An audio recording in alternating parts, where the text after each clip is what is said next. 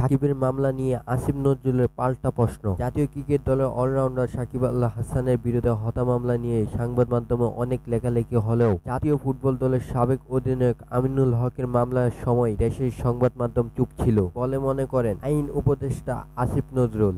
আজ সচিবালয় সাংবাদিকের সঙ্গে এক প্রশ্নের উত্তর পূর্বে সাকিবের বিরুদ্ধে করা মামলার প্রসঙ্গে এলে আসিফ নজরুল একথা বলেন। 5ই আগস্ট আদারের পোশাক কারখানায় কর্মী মোহাম্মদ রুবেল হত্যা ঘটনায় তার বাবা রফিকুল ইসলামের করা মামলায় সাবেক প্রধানমন্ত্রী শেখ হাসিনা সহ আরো অনেকের সঙ্গে আসামি করা হয়েছে। আওয়ামী লীগের সাবেক সংসদ সদস্য সাকিবকে এরপর হত্যা মামলা আসামি হওয়ায় জাতীয় দল থেকে বাদিয়ে মামলার তদন্তের সাথে আসামি হওয়া জাতীয় দল থেকে বাদিয়ে মামলা তদন্তের সাথে সাকিবে আসামি হওয়া জাতীয় দল থেকে বাদিয়ে মামলা তদন্তের সাথে সাকিবকে দেশে ফিরিয়ে আনতে বিসিবিকে আইন নোটিশ পাঠান এক আইনজীবী। যদিও গতকাল বিসিবি সভাপতি ফারুক আহমেদ বলেছেন দোষী সাব্যস্ত না হওয়া পর্যন্ত জাতীয় দলে হয়ে খেলবেন সাকিব। দরকার হলে বিসিবি তাকে সব রকম আইনি সহায়তা দেবে। সচিবালয়ে আজ সংবাদ সম্মেলনে আইন উপদেষ্টা আসিফ নজরুলের কাছে জানতে চাওয়া হয় সাকিবের বিরুদ্ধে যে মামলা হয়েছে, যেহেতু তিনি তার একজন তারকা, এটা নিয়ে দেশে বিদেশে আলোচনা হচ্ছে, এটা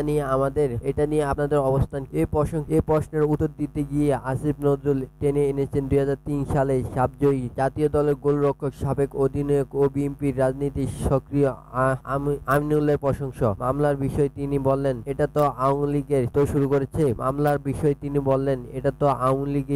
করেছে, ঠিক না? আমিনুল তো ফুটবলার, সাকিব তো আর দেশের রাষ্ট্রের জন্য কিছু বই আনে নাই। সাকিব নিজে অনেক কিছু অর্জন করেছে। আমিনুল তো রাষ্ট্রের জন্য পুরস্কার বই এনেছিল না, জাতীয় দলের ক্যাপ্টেন ছিল। আমিনুলকে যেভাবে অত্যাচার করা হয়েছে তখন কি আপনারা প্রশ্ন করেছিলেন? আমিনুল তো জেলে ভরা হয়েছে।